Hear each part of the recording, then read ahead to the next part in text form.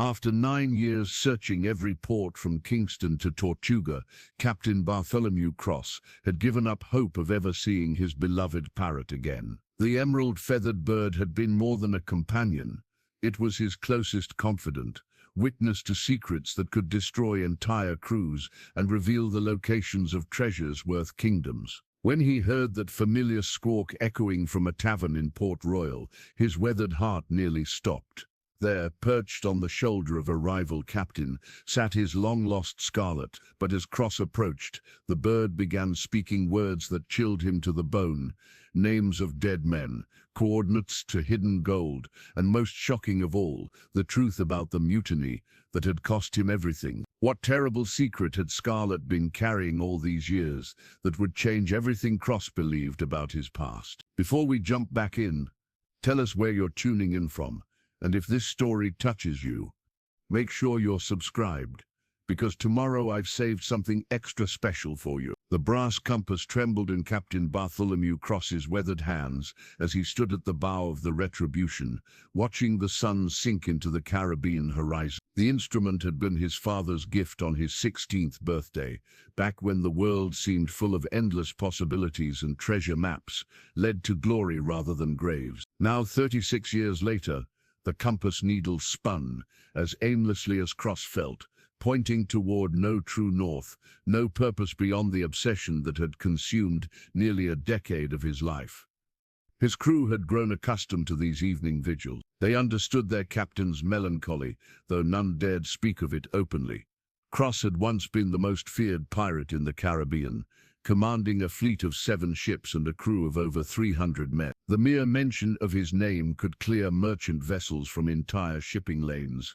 Pirates would lower their flags in respect when his black sail appeared on the horizon, marked with the distinctive crimson parrot that had been Scarlett's likeness.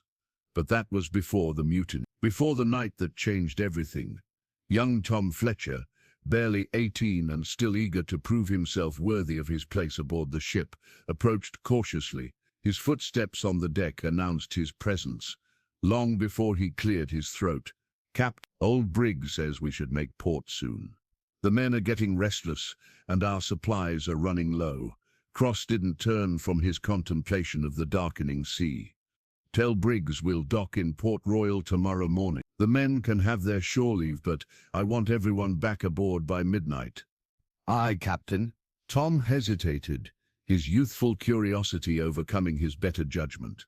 "Sir, if you don't mind me asking, what exactly are we looking for? I mean, we've searched every port, every island, every hidden cove from here to the Bahamas. Maybe it's time to consider that your bird might be dead." Cross finally turned, his steel-grey eyes meeting the young man's earnest gaze. "I've considered it, lad. Every day for 9 years I've considered it. But until I see her bones, until I hold proof in these hands, I'll keep searching." The compass caught the last rays of sunlight, its worn surface reflecting memories that refused to fade. Cross remembered the night Scarlett disappeared as clearly as if it had happened yesterday. He had been celebrating a successful raid on a Spanish treasure galleon, his crew drunk on rum and victory, when first mate Morgan burst into his cabin with news that would shatter his world. "Captain, they've taken the bird. The mutineers, they've taken Scarlett." The betrayal had been swift and merciless. Half his crew, led by men he had trusted with his life, turned against him in the span of a single night. Cross had barely escaped with his ship and a handful of loyal men, but in the chaos, Scarlett had vanished, taken by the very people who had once sworn allegiance to him. Elena Rodriguez emerged from the navigation room below deck, her dark hair tied back in a practical bun, her hands stained with ink from the charts she had been studying. She was the finest navigator Cross had ever known, recruited from a Spanish merchant vessel 3 years prior when her captain proved more interested in gambling than seamanship. Her loyalty had been earned through respect rather than fear, and Cross valued her counsel above all others. "The wind patterns suggest we'll have fair sailing to Port Royal," she reported, then noticed the compass in his hands. "Still no word from any of our contacts about unusual bird sightings?" Cross shook his head. "Nothing. It's as if she vanished into the very air itself. Old Briggs climbed up from the lower deck, his wooden leg tapping a familiar rhythm on the planks. He had served with Cross longer than any other crew member, having joined as a young sailor over 20 years ago. The leg had been lost in a battle with Portuguese raiders, but Briggs claimed it was a fair trade for the treasure they had claimed that day. "Begging your pardon, Captain," Briggs said, his voice rough from years of shouting orders over storm winds. "But the crew's been talking. They're wondering if maybe it's time to consider taking on some profitable work again. The search for Scarlett, God bless her feathers, it's been costly. We've spent more gold on information and supplies than we've taken in raids." Cross understood their concern. The Retribution had once been the flagship of a formidable fleet. Now it carried only 12 men, barely enough to operate the ship effectively, let alone take on the merchant vessels that had once been their primary source of income. His obsession with finding Scarlett had gradually transformed him from a feared pirate captain into something resembling a mad hermit who happened to own a ship. "One more port," Cross said finally, slipping the compass back into his coat pocket. "If we find nothing in Port Royal, we'll discuss our options." It was a lie, and they all knew it.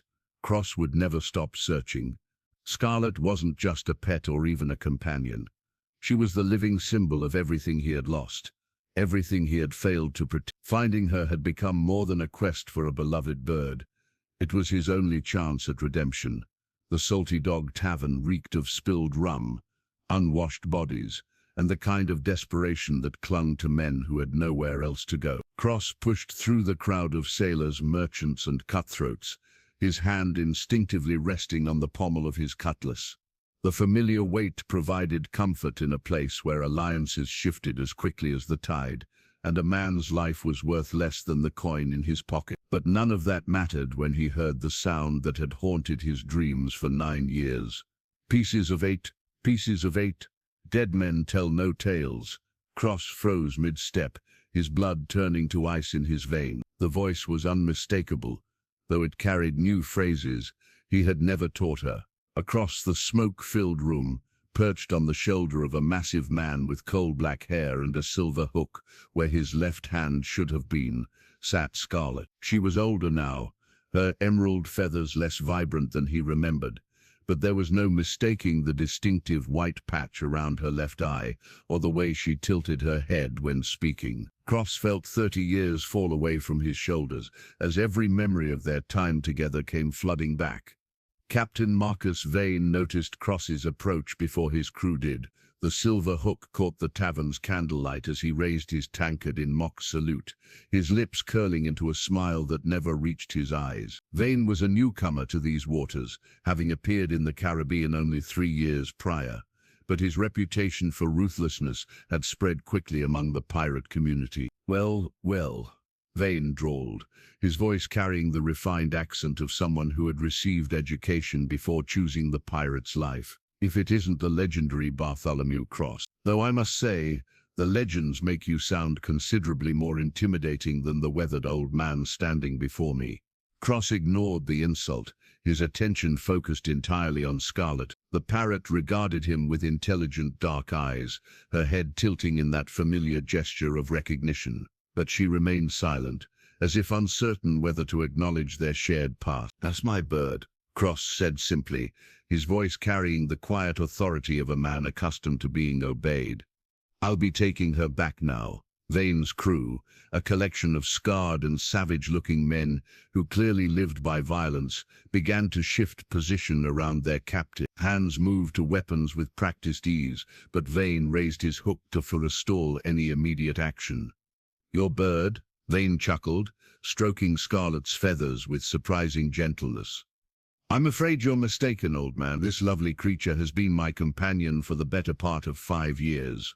Found her in a cage in Tortuga, half-starved and forgotten. Nursed her back to health with my own hands." Liar. Cross stepped closer, his own crew moving to flank him. Tom's hand was already on his pistol, while Briggs had quietly positioned himself near the tavern's rear exit. Elena remained by the door, ready to signal if other patrons decided to involve themselves in the confrontation. Scarlett suddenly squawked, her voice cutting through the tension like a blade. Morgan lives. Morgan lives. Skeleton key at dawn. The words hit Cross like a physical blow. Morgan had been his first mate, his most trusted friend, the man who had stood by his side through a dozen battles and twice as many storms. Morgan had died in the mutiny, cut down by traitors who had once called him brother. Cross had seen his body himself, had held the man's bloodied hand as life fled from his eyes. Vane's expression shifted from amusement to sharp interest. Fascinating. The bird seems to know some rather intriguing names and places. Tell me, Cross, does Skeleton Key mean anything to you? Before Cross could respond, Scarlett spoke again, her voice taking on a different tone, as if she were mimicking someone else entirely. The treasure lies where the dead man's chest was buried. 15 men on a dead man's chest, yo-ho-ho and a bottle of rum. Several patrons turned at the familiar sea chanty, but the words carried weight beyond their common usage. Cross knew that Scarlett was reciting something specific, something she had heard and remembered with the uncanny precision that had made her so valuable during his years of piracy. Interesting, Vane mused, his hook tapping against his tankard. It seems our feathered friend here knows more than just pretty phrases. Perhaps we should discuss the terms of any potential transaction over a more private drink. Cross's hand tightened on his cutlass. There won't be any transaction. That bird belongs to me, and I'll kill any man who stands between us. The tavern fell silent as other patrons recognized the promise of violence in Cross's voice. Even the serving wenches stopped their rounds, sensing that the conversation had moved beyond mere words into territory where men died for lesser insults. Vane stood slowly, his considerable height making him tower over Cross. The silver hook gleamed as he gestured toward a private room at the back of the tavern. I think we have much to discuss, Captain Cross. Your bird seems to carry secrets that could prove valuable to both of us. Shall we continue this conversation somewhere more appropriate? Scarlett squawked once more, and this time her words chilled Cross to the bone. James remembers everything. The debt must be paid. James had been Vane's given name, Cross realized with growing unease. But more disturbing was the recognition in Scarlett's voice when she spoke it, as if she knew this man from somewhere else, some other time that predated their supposed meeting in Tortuga.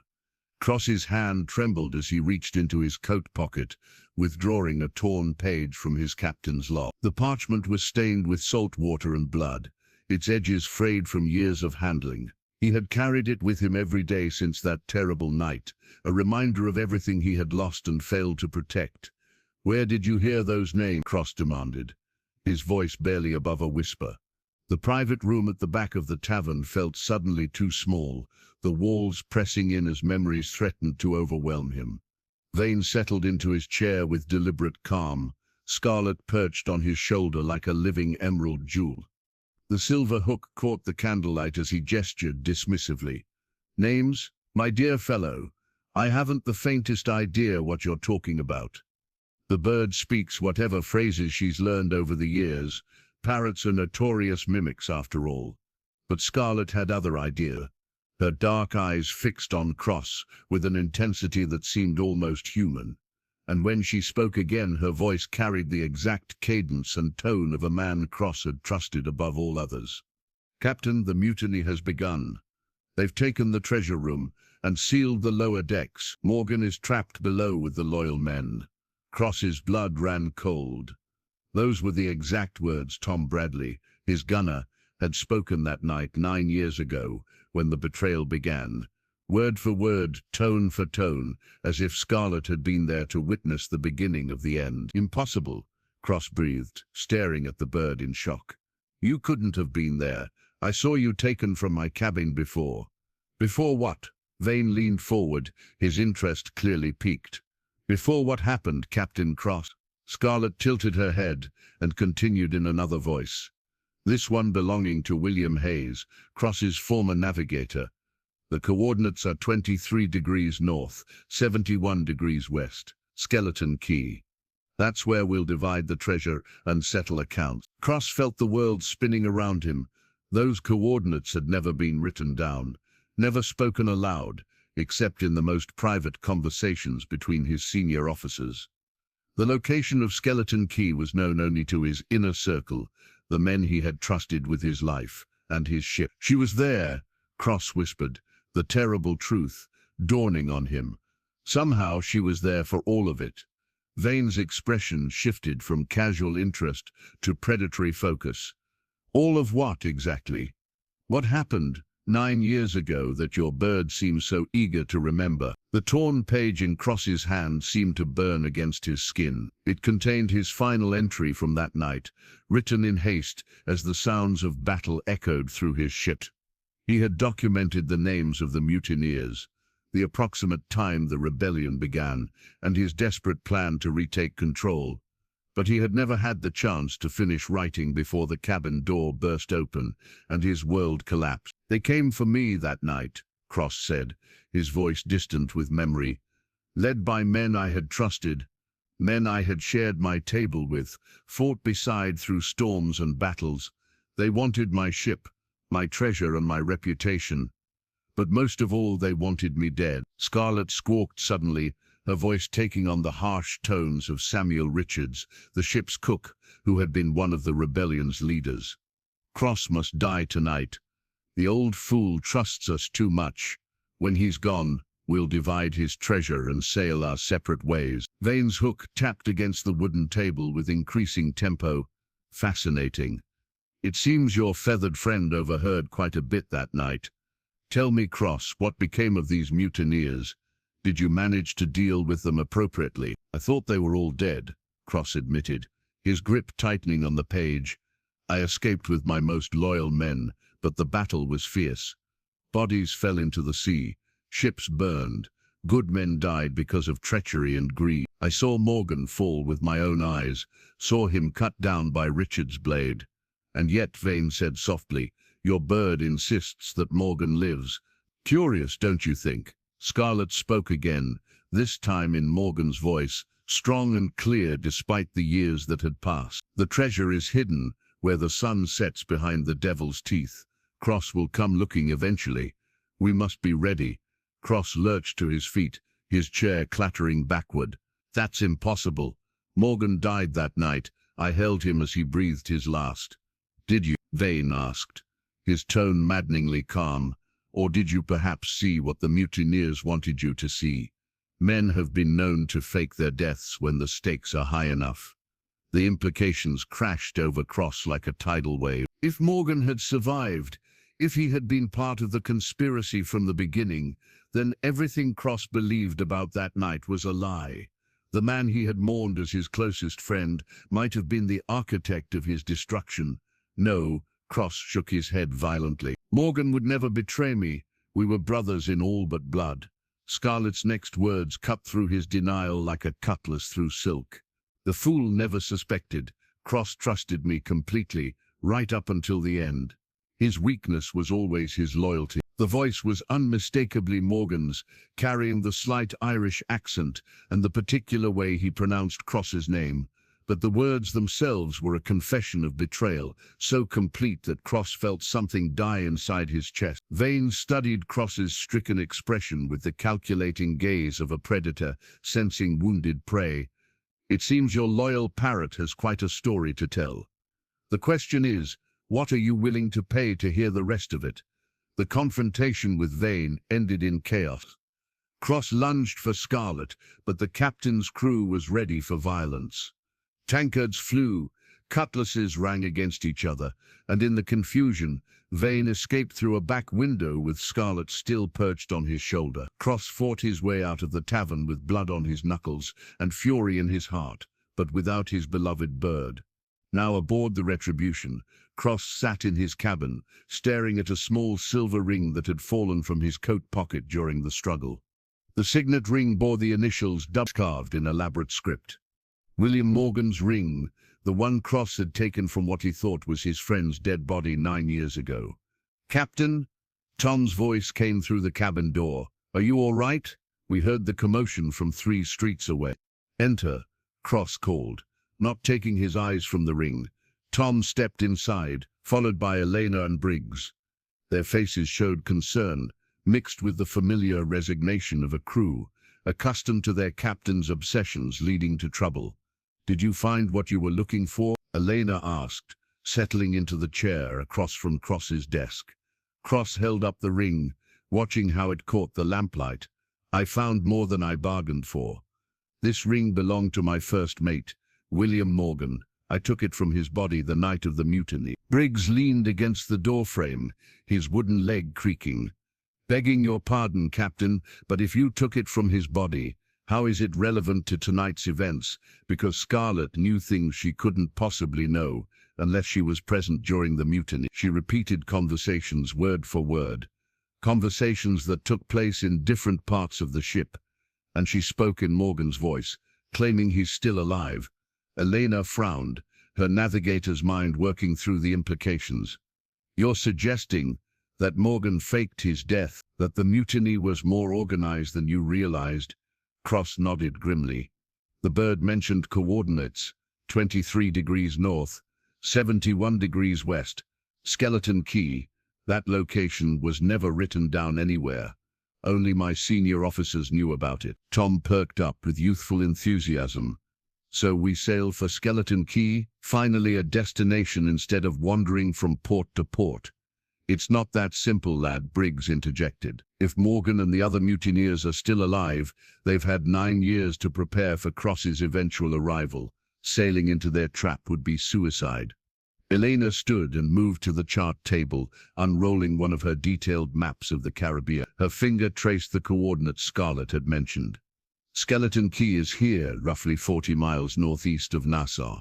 It's barely more than a spit of sand and coral, uninhabited except for seabirds and occasional pirates seeking shelter. Perfect place for a rendezvous, Cross observed, or an ambush. Tom's excitement was undimmed by the other's caution. But if the treasure is really there, shouldn't we at least investigate? We've been searching for 9 years without a solid lead. Cross studied the young man's eager face, seeing something of his younger self in Tom's enthusiasm for adventure and riches. But he also saw the innocence that could get them all killed if they acted rashly. There's something else, Cross said slowly, something I haven't told any of you about that night. Tom, you mentioned your father served on a pirate crew when you were young. What was his name? Tom straightened with pride. Thomas Fletcher Sr. He served under Captain Bloodworth until the Spanish caught him. Died in a prison in Havana when I was 12. Cross felt a chill run down his spine. Fletcher served on my ship, Tom. He was one of my gunners. A good man and loyal to the end. He died fighting the mutineers. The cabin fell silent as the implications sank in. Tom's father had been killed defending Cross against the very conspiracy they were now pursuing. That's why you took me on, Tom whispered. Not because I showed promise as a sailor, but because I'm Fletcher's son. Both, Cross admitted. Your father saved my life that night, bought me time to escape by holding the gun deck against superior numbers. I owe him a debt I can never repay, but I can honor his memory by protecting his son. Elena cleared her throat diplomatically. This emotional revelation aside, we still need to decide our next course of action. Vane has Scarlett, and he clearly recognizes her value. He won't give her up easily. Briggs nodded agreement. That hook-handed devil seemed mighty interested in what the bird had to say. My guess is he'll sail for Skeleton Key himself, hoping to find this treasure before we can interfere. Cross rose and moved to the stern windows, gazing out at the harbor lights of Port Royal. Vane's ship, Vindictive, was anchored near the harbor mouth, its crew likely preparing for an early departure. Then we follow him, Cross decided. But carefully, if Morgan is alive, if the mutineers are gathering at Skeleton Key, we need to be prepared for anything. Tom's hand moved instinctively to his cutlass. Just give the word, Captain. My father's debt goes both ways.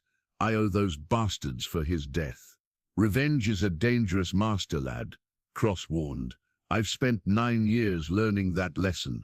We go for answers, and we go for Scarlett. Everything else is secondary. Elena began gathering her charts and instruments. I'll plot a course that keeps us out of sight, but within tracking distance. If we're careful, we can follow Vane without him knowing we're there. As his crew prepared for what might be their most dangerous voyage yet, Cross remained by the windows, turning Morgan's ring over in his palm. 9 years of searching, 9 years of guilt and obsession had led to this moment. Soon he would have answers, even if those answers destroyed everything he thought he knew about friendship, loyalty, and the night that changed his life forever. Elena spread her navigation charts across the table in her cramped quarters below deck, the modern maps revealing discrepancies that made her frown with concern. Unlike the crude sketches most pirates relied upon, her charts were precise affairs acquired from captured Spanish and British vessels, marked with accurate depth soundings and current patterns. "There's something wrong with these coordinates," Scarlett mentioned, she announced as Cross, Tom, and Briggs gathered around her work table. "According to my charts, there's nothing at 23 degrees north, 71 degrees west, except open ocean." Cross studied the detailed map, his finger tracing the empty expanse of blue between Nassau and the Windward Passage. "Perhaps the charts are incomplete. Many smaller islands don't appear on official navigation maps." "That's what troubles me," Elena replied, pulling out an older chart from her collection. "This is a pirate map from 15 years ago. Acquired from a Portuguese smuggler. Look here, it shows an island exactly where Scarlett mentioned, but it's marked as Skeleton Key, dangerous currents, avoid." Briggs leaned in for a closer look, his weathered face creased with concentration. "Could be the Spanish deliberately left it off their newer charts. They've been known to hide strategic locations from other naval powers." Tom traced the surrounding waters with his finger. "If it's hidden from official charts, that would make it perfect for pirates. No naval patrols would think to look there." Elena nodded grimly. "Which explains why your former crew chose it as a rendezvous point. But there's another problem. The currents around that area are treacherous. Ships have been known to disappear in those waters during storm season."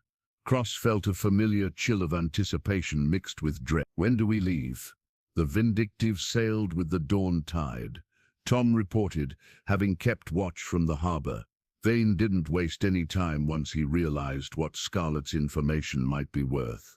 Elena began calculating distances and sailing times on her chart. "With favorable winds, Vane will reach the coordinates in 4 days. We can make the same journey in 3 if we push hard and take some risks with the shallow reefs near Andros Island." "What kind of risks?" Cross asked, though he suspected he already knew the answer. "The kind that could tear the bottom out of our ship if we miscalculate," Elena admitted. "The reefs are barely charted, and the passages change with every storm. But it's the only way to arrive before Vane has time to establish a defensive position." Briggs spat into his tin cup. "Seems to me we're rushing headlong into a trap.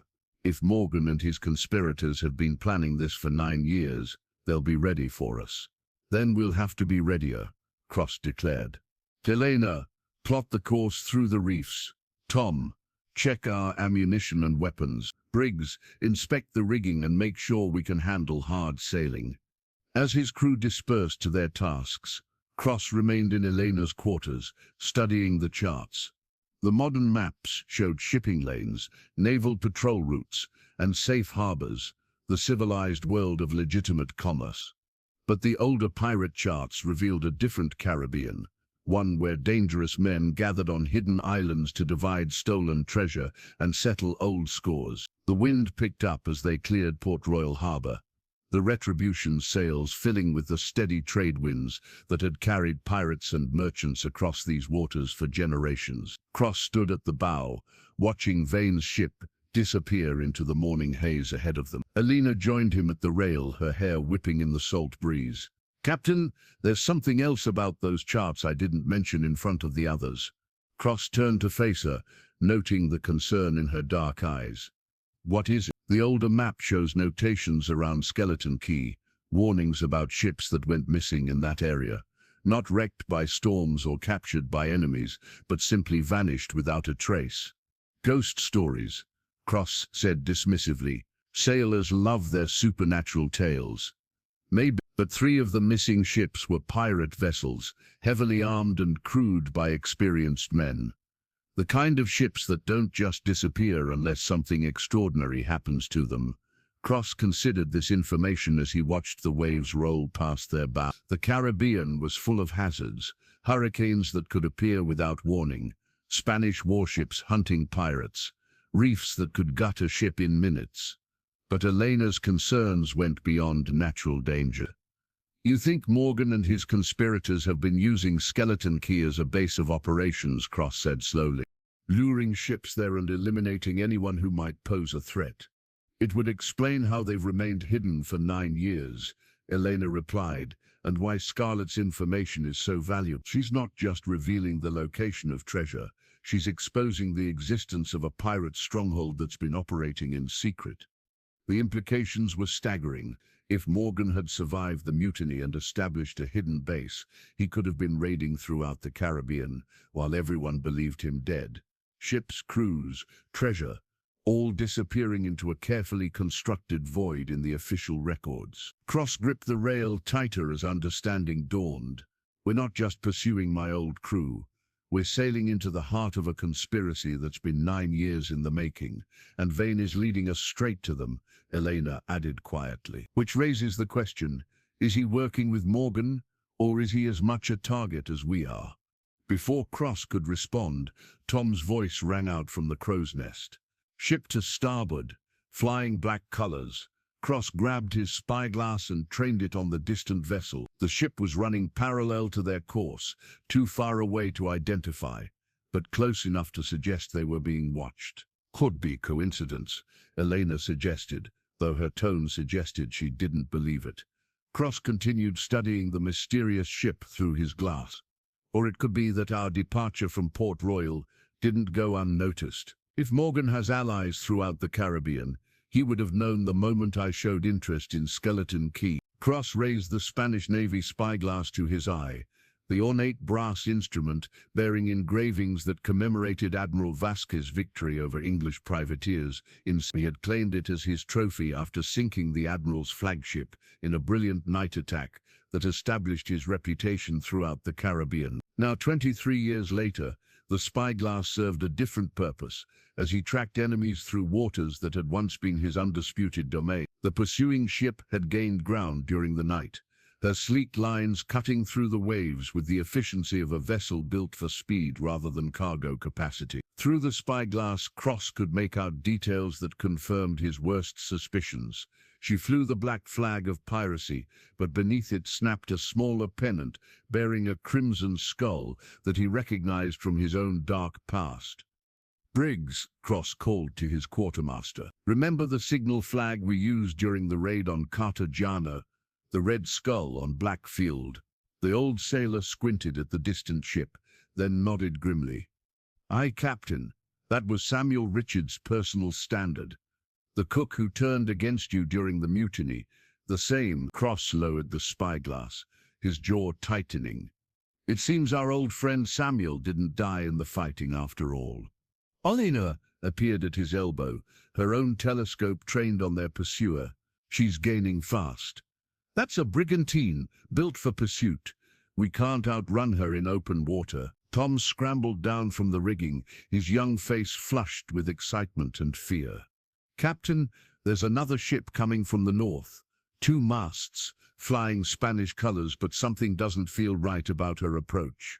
Cross cursed under his breath. Being caught between 2 hostile vessels in open water was every pirate's nightmare. The Retribution was a formidable ship in her prime, but age and the reduced crew made her vulnerable in a sustained battle against fresh opponents. "Elena, how far to the reef passage you mentioned?" Cross demanded. 12 miles, but Captain, attempting that passage with hostile ships in pursuit would be madness. The coral formations create a maze of channels barely wide enough for a single vessel, which means they can't attack us en masse if we can reach it first." Cross made his decision with the quick certainty that had kept him alive through 3 decades of piracy. "Set course for the reefs, all available canvas, and tell the men to prepare for evasive maneuvers." The Retribution's sails billowed as Briggs and Tom worked to catch every breath of wind. The old ship responded like a thoroughbred feeling the spur, her hull cutting through the swells with renewed purpose. But the pursuing brigantine continued to close the distance, her crew clearly experienced in naval pursuit. Cross kept the spyglass trained on their pursuers, noting details that revealed the careful preparation behind this encounter. The brigantine's crew moved with military precision, their weapons gleaming with fresh maintenance. This wasn't a chance meeting, they had been waiting for exactly this moment. Spanish ships changing course, Tom reported from his position at the bow. She's trying to cut off our approach to the reefs. Elena studied the tactical situation with her navigator's eye for angles and distances. They're coordinating their attack. The brigantine drives us toward the Spanish ship, which blocks our escape route. Classic pincer movement. Unless we refuse to play their game. Cross mused, an idea forming in his mind. Briggs, remember the sunset maneuver we used against the Portuguese squadron near Barbados? The old quartermaster's eyes lit up with understanding. Aye, Captain. Risky as hell, but it might work if we time it perfectly. Elena looked between them with growing alarm. What exactly is the sunset maneuver? Something that requires more luck than skill, Cross admitted. Tom, get below and tell the gun crews to load chain shot. We're going to need to disable rigging, not sink ships. The pursuing vessels had closed to within cannon range when Cross gave the signal for his desperate gambit. Instead of continuing toward the reef passage, he ordered hard to starboard, bringing the Retribution directly between the two enemy ships on a collision course with the Spanish vessel. They'll think we've lost our minds, Briggs observed with grim satisfaction. Good. Madmen are unpredictable, and unpredictability is our only advantage right now. The Spanish ship's captain clearly expected Cross to veer away at the last moment, maintaining course until it became obvious that the Retribution intended to ram them head-on.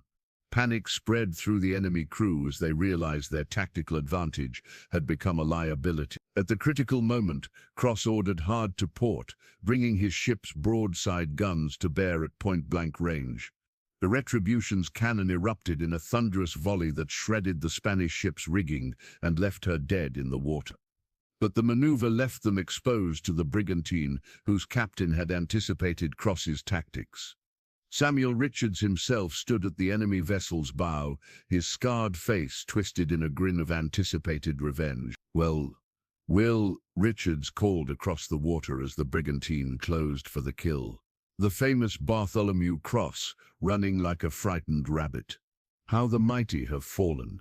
Cross raised his spyglass one final time, studying Richard's face through the magnified lens. The years had not been kind to the former cook. Burned scars covered half his face, and his left arm hung uselessly at his side. But his eyes still burned with the same hatred that had driven him to mutiny 9 years ago. "Not running," Samuel Cross called back, his voice carrying across the waves. "Leading you exactly where I want you." The reef passage opened before them like the mouth of a sea monster, its coral teeth jutting from waters that shifted from deep blue to dangerous green. Elena's chart showed a navigable channel, but accuracy depended on conditions that could change with every tide.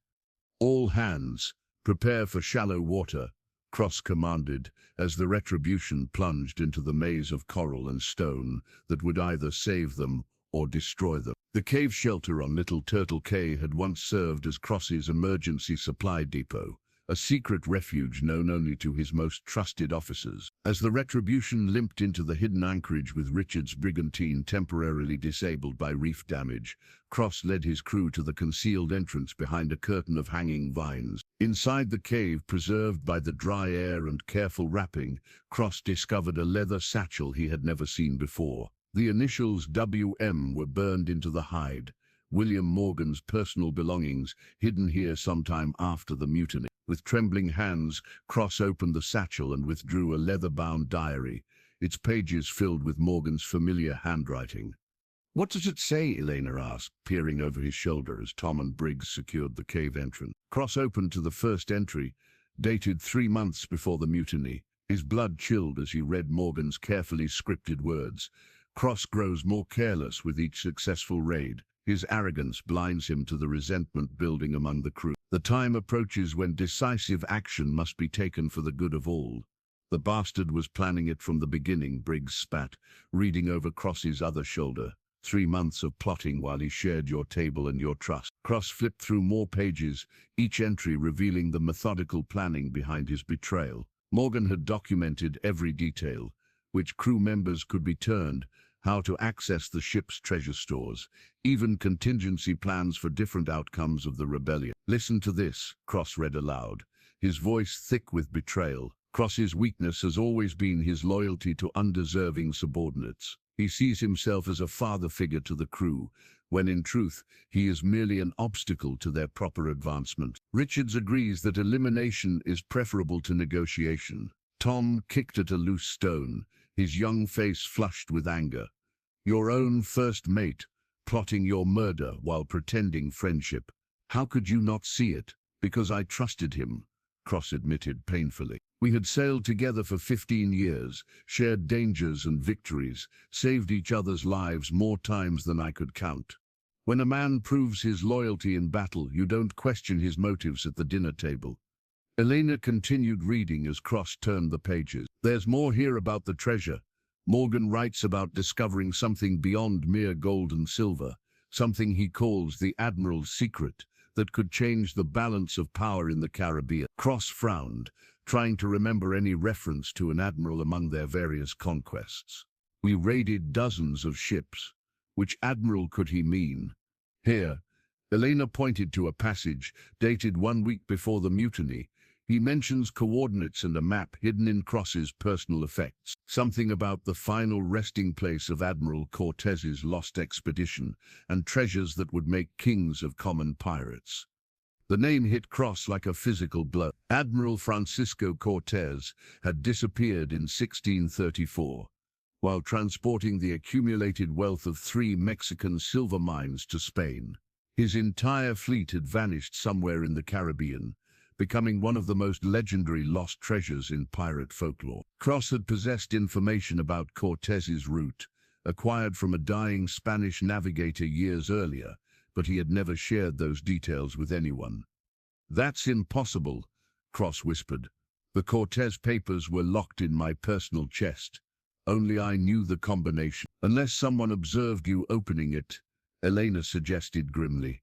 "How many times did Morgan have access to your cabin?"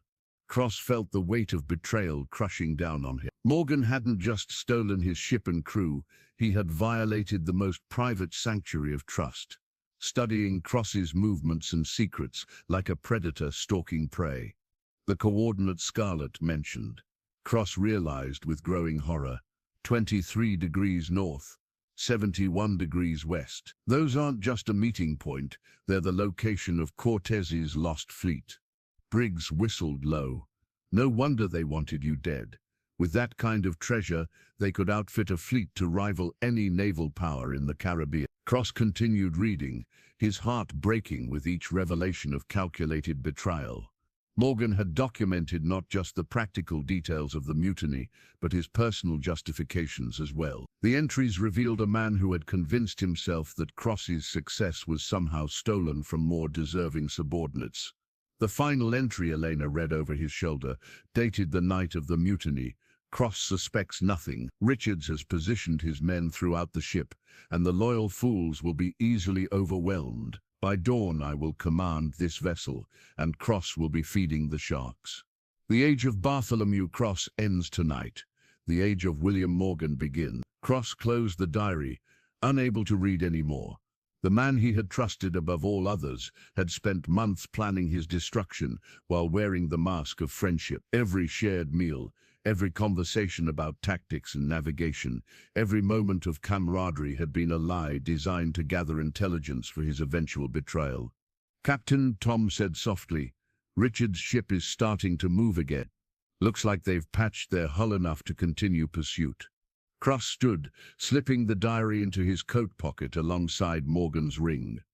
The cave that had once represented safety now felt like a tomb for his murdered innocence. But alongside the pain of betrayal, something else was growing, a cold, hard determination to face the truth and settle accounts with the men who had stolen 9 years of his life. "Then it's time we stopped running," Cross declared. "If Morgan wants to be found, we'll accommodate him. But this time I won't be the trusting fool walking blindly into his trap." Back aboard the Retribution, Cross's crew gathered in the captain's cabin as evening shadows lengthened across the deck. The mood was somber, weighted by the revelations from Morgan's diary and the knowledge that Richard's ship lurked somewhere beyond the reef passage, waiting for an opportunity to resume the hunt. Elena broke the heavy silence first. "Captain, we need to discuss whether continuing this pursuit makes sense. We're sailing toward a confrontation with enemies who have had 9 years to prepare, and we still don't know how many ships they have at their disposal." Tom nodded reluctantly. "She's right. For all we know, we could be sailing into a trap designed specifically for you." Cross opened his desk drawer and withdrew a rusted iron brand, its surface corroded by salt air but still bearing the distinctive mark of a traitor. A crude skull pierced by a dagger. He had carried the brand for years, a reminder of the justice he had once dispensed to men who betrayed their crews. Now it seemed prophetically appropriate. "This belonged to Captain Redmond Pike," Cross said, setting the brand on his desk where all could see it. "He was caught selling information about pirate operations to the Spanish Navy 15 years ago. I used this iron to mark him before marooning him on a barren island." Briggs studied the brand with professional interest.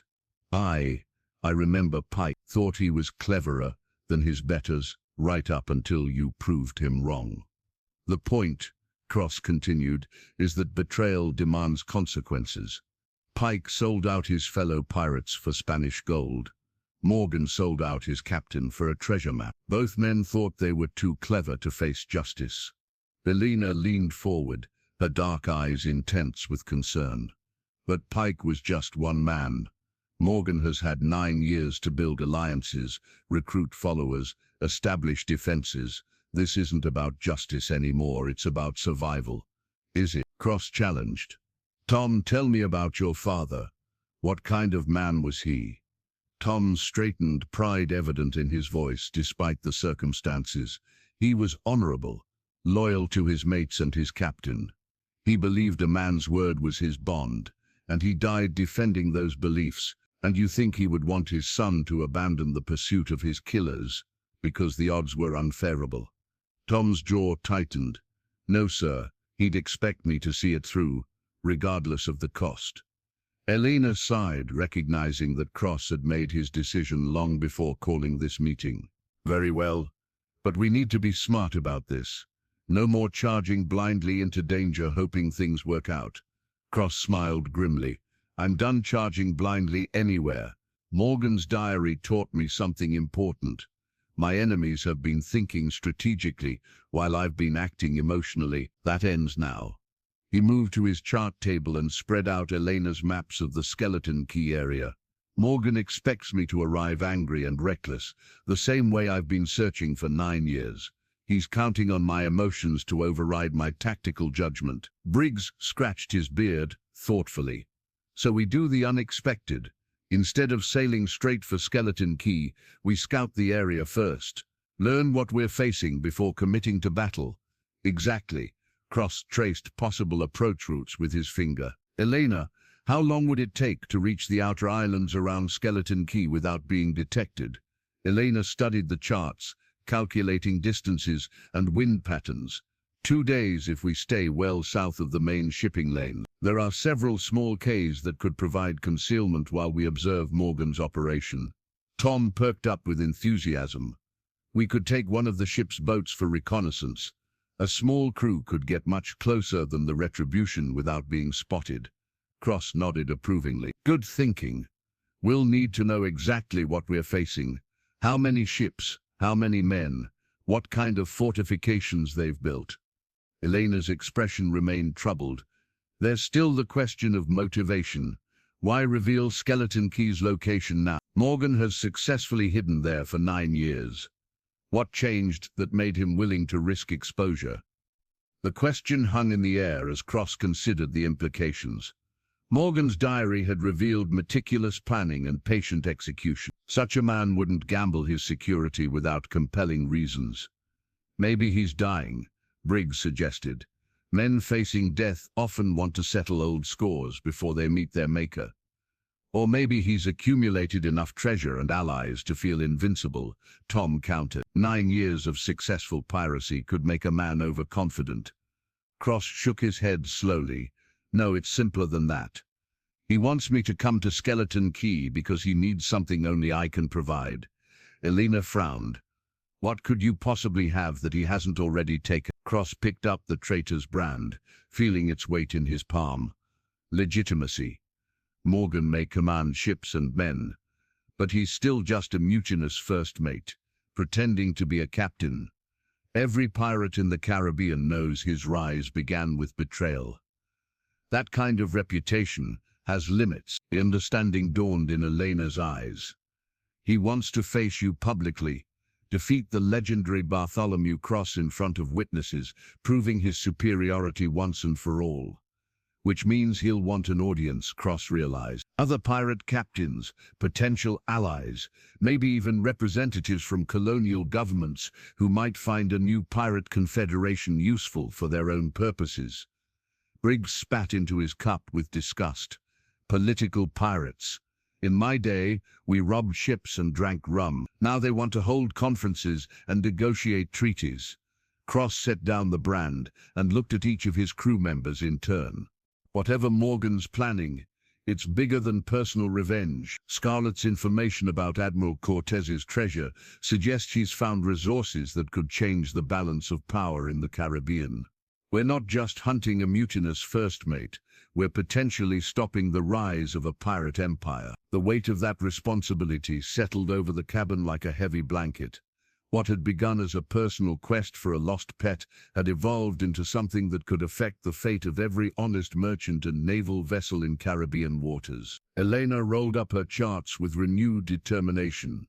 Then we'd better make sure we're prepared for whatever we find at Skeleton Key, because if Morgan has truly become as powerful as you suggest, this might be our only chance to stop him. The sleek frigate Serpent's Kiss cut through the morning waves like a blade, her black sails bearing the distinctive silver serpent that had struck fear into Spanish treasure ships for the past 5 years. Captain Isabella Rose stood at her ship's bow, the black pearl necklace at her throat catching the sunlight as she studied. The retribution through her spyglass. Cross recognized the necklace immediately. He had given it to Isabella 7 years ago, during the brief time when their professional partnership had blossomed into something deeper. The pearls had been part of a treasure haul from a Portuguese merchant vessel, and Isabella had worn them the night she told him she loved him. Seeing them now, adorning the throat of a woman who commanded her own ship and crew, brought back memories he had tried to bury alongside his other losses. "Captain Cross," Isabella called across the water as her ship drew alongside the Retribution. "You look older, and considerably more desperate than when we last met." Isabella. Cross moved to the rail, noting how command had changed her. The woman he remembered had been fierce, but uncertain, still learning to balance authority with the demands of pirate leadership. The captain who faced him now radiated confidence, earned through years of successful raids and hard-won respect. "Permission to come aboard?" she asked, though her tone suggested the request was merely a formality. Cross nodded to Briggs, who lowered a rope ladder. Isabella climbed aboard the Retribution with fluid grace, her cutlass and pistol worn with the casual familiarity of weapons frequently used. Her crew remained at their posts, alert but not overtly threatening. "You're pursuing Vane," Isabella observed without preamble. "Interesting company for a man of your supposed principles." "Vane has something that belongs to me," Cross replied carefully. "A debt that needs settling." Isabella's laugh held no warmth. "Your precious Parrot, you mean?" "Yes, I've heard the stories. Bartholomew Cross, scourge of the Caribbean, reduced to chasing a talking bird through hostile waters." Elena stepped forward, her navigator's instincts alert to potential complications. "Captain Rowe, I presume? Your reputation precedes you, as does yours, Miss Rodriguez. I've heard you're the finest navigator currently sailing these waters." Isabella's attention returned to Cross. "Though I wonder why someone of your talents chooses to serve aboard a ship commanded by a man living in the past." Cross felt the familiar tension that had always existed between him and Isabella. Attraction complicated by conflicting ambitions and different approaches to the pirate's life. She had wanted him to be more ruthless, more willing to embrace the political opportunities that piracy could provide. He had preferred the straightforward honesty of raiding ships and dividing treasure among loyal crews. "What do you want, Isabella?" Cross asked direct. "To save your life, actually." She moved to the chart table, studying Elena's maps with professional interest. "You're sailing towards Skeleton Key, aren't you? Following breadcrumbs left by that clever bird of yours. How do you know about Skeleton Key?" Isabella's smile was sharp as a cutlass blade. "Because I've been hunting Morgan and his conspirators for 3 years. Ever since they killed my mentor, Captain Blackwood, and stole his ship along with 2 tons of Spanish silver." The revelation struck Cross like a physical blow. Captain Marcus Blackwood had been one of the most respected pirate commanders in the Caribbean, a man whose word was considered absolute law among the Brotherhood of Thieves. If Morgan had murdered Blackwood, it suggested ambitions far beyond simple treasure hunting. "Blackwood is dead," Cross whispered. "Murdered in his sleep by men he trusted," Isabella confirmed. "Just like Morgan tried to murder you 9 years ago. The difference is that Blackwood didn't escape." Tom moved closer, his young face pale with shock. "How many others have they killed?" "At least a dozen captains that I can confirm," Isabella replied grimly. "Morgan has been systematically eliminating potential rivals while building his own power base." "Your Parrot didn't just witness a mutiny, Cross. She witnessed the beginning of a purge that has been ongoing for nearly a decade." Scarlett's distant squawking suddenly carried across the water from Vane's ship, her voice raised in apparent distress. Cross felt his heart clench at the sound, remembering countless evenings when she had perched on his shoulder, offering commentary on everything from weather patterns to crew morale. "She remembers you," Isabella observed, following his gaze toward the distant vessel. "Parrots form strong emotional bonds. All these years, she's probably been hoping you would find her." Elena frowned at the tactical implications. If Morgan has been eliminating rival captains, why reveal Skeleton Key's location now? He's essentially invited every remaining pirate in the Caribbean to discover his stronghold. Isabella's expression grew dark with understanding. "Because he's ready for the final phase of his plan. The elimination of competitors was just preparation. Now he intends to gather the survivors in one place and force them to choose. Join his confederation or die." Cross felt the pieces of Morgan's grand strategy falling into place. The mutiny hadn't been about treasure or personal grievances. It had been the opening move in a campaign to unite all Caribbean pirates under a single command structure. Morgan's command structure, a pirate emperor. Cross breathed. "He wants to create an empire that could challenge the naval powers directly." "Exactly. And your arrival at Skeleton Key will be the symbolic moment when the old generation passes authority to the new. Except Morgan doesn't intend for that transition to be voluntary." Briggs spat over the rail with disgust. "So, we're not just walking into a trap.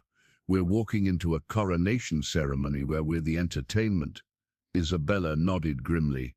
"Morgan has spent years planning this moment.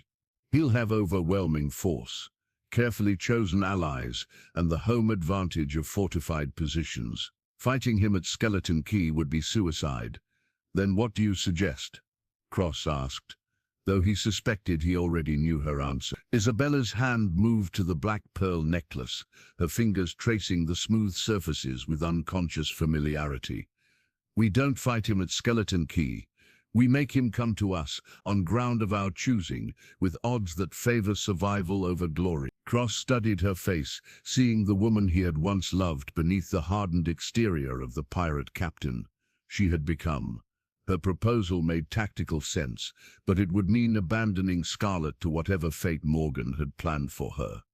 "And if he refuses to negotiate, if he simply keeps my bird as a prize while proceeding with his coronation plans?" Isabella's smile was cold as winter seas. "Then we remind him why Bartholomew Cross was feared throughout the Caribbean long before William Morgan was even a name worth remembering." Skeleton Key rose from the Caribbean waters like the bleached spine of some ancient sea monster, its jagged coral formations creating natural harbors that had sheltered pirates for generations. As the 3 ships converged on the island, the Retribution, Serpent's Kiss, and Vane's Vindictive, Cross could see why Morgan had chosen this place as his stronghold. The island's geography provided perfect defensive advantages: narrow channels that forced approaching vessels into single file, elevated positions for cannon placement, and hidden coves where ships could strike from ambush. But it was the ruins visible on the island's highest point that made Cross's blood run cold with recognition. Those are Spanish fortifications, Elena observed through her spyglass. But they're at least a century old, maybe older. Isabella nodded grimly. Morgan didn't just find a convenient island, he found Admiral Cortez's final anchorage. As their boats reached the beach, Cross spotted something glinting in the sand near the waterline. He bent down and retrieved an ornate gold medallion, its surface green with verdigris, but still bearing the unmistakable markings of Aztec craftsmanship. The medallion was larger than Spanish coins, intricately carved with symbols that seemed to writhe in the tropical sunlight. Cortez's expedition wasn't just carrying silver from the mines, Cross realized, studying the artifact. They were transporting Aztec treasures looted from Montezuma's palace. Vane's crew had already established a beachhead, their captain standing near a concealed entrance to what appeared to be an underground complex. Scarlett perched on his shoulder, her brilliant green feathers dulled by years of captivity, but her spirit apparently unbroken. When she spotted Cross, she began squawking frantically. "Captain! Captain! The gold speaks! The gold speaks!" Cross approached cautiously, his hand resting on his cutlass hilt. Vane, or should I say James? Vane's scarred face split into a cold smile. "So you finally figured it out, have you?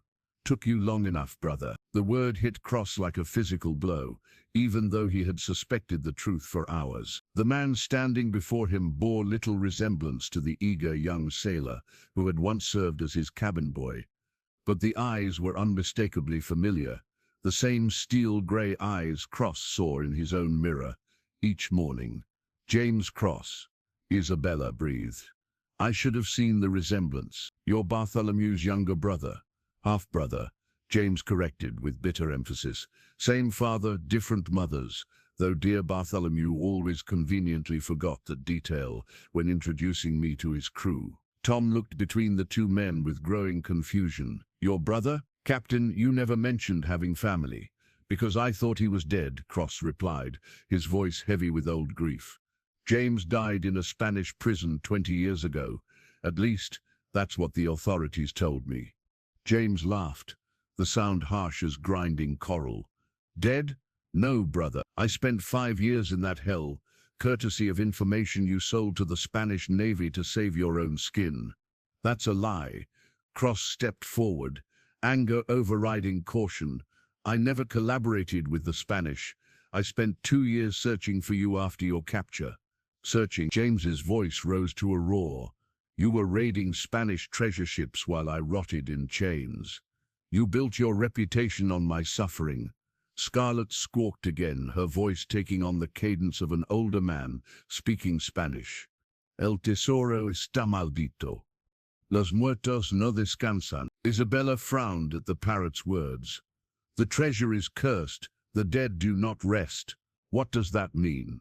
Elena pointed toward the ruins above them. "Look at the stonework. Those aren't just Spanish fortifications. They're built on top of something much older. Aztec construction." Cross studied the medallion in his palm, noting details that had escaped his initial examination.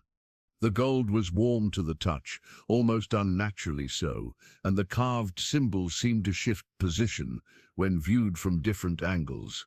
Cortez didn't just find Aztec treasure, Cross realized. He found an Aztec burial site, and he built his final stronghold on top of it. James nodded with satisfaction. "Very good, brother." The Spanish found more than gold and silver in Mexico. They found artifacts that the Aztec priests claimed could command the spirits of the dead. Cortez believed those claims strongly enough to die protecting them. The implications sent chills down Cross's spine. If the medallion and similar artifacts possessed supernatural properties, it would explain Morgan's confidence in challenging established naval powers. An army of the dead would be virtually unstoppable. "You're talking about mythology," Elena protested.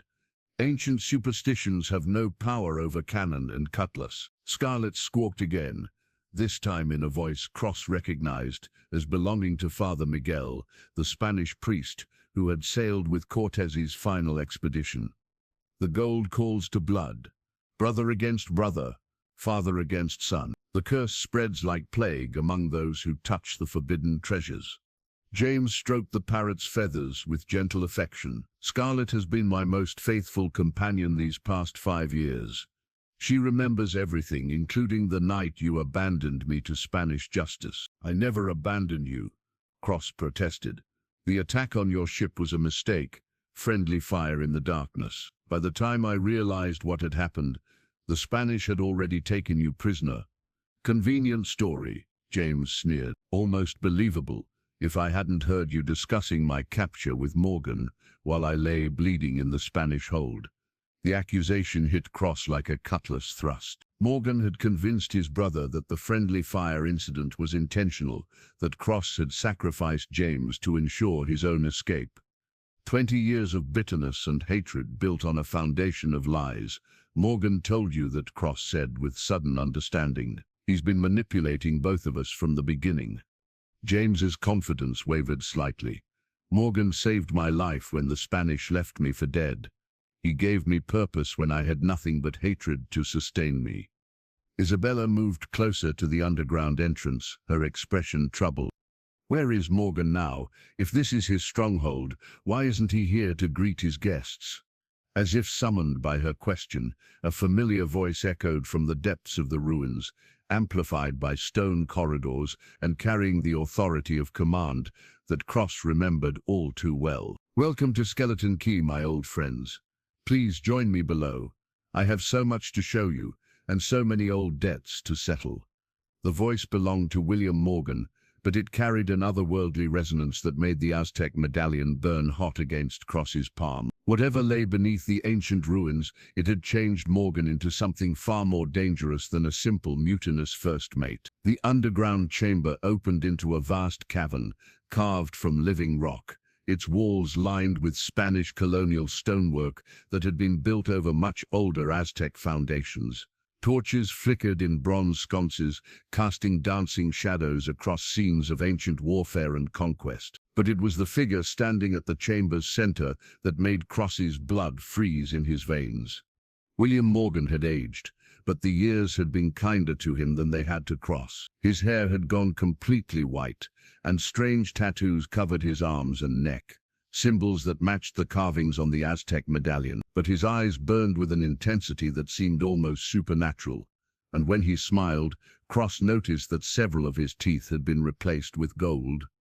In Morgan's hands, he held a cutlass that Cross recognized immediately. The blade had belonged to their father, Captain Edmund Cross, who had intended it to pass to both his sons as a symbol of their shared heritage. The weapon's distinctive crossguard bore engravings of both their names, linked by the promise that blood would always unite them against outside threats.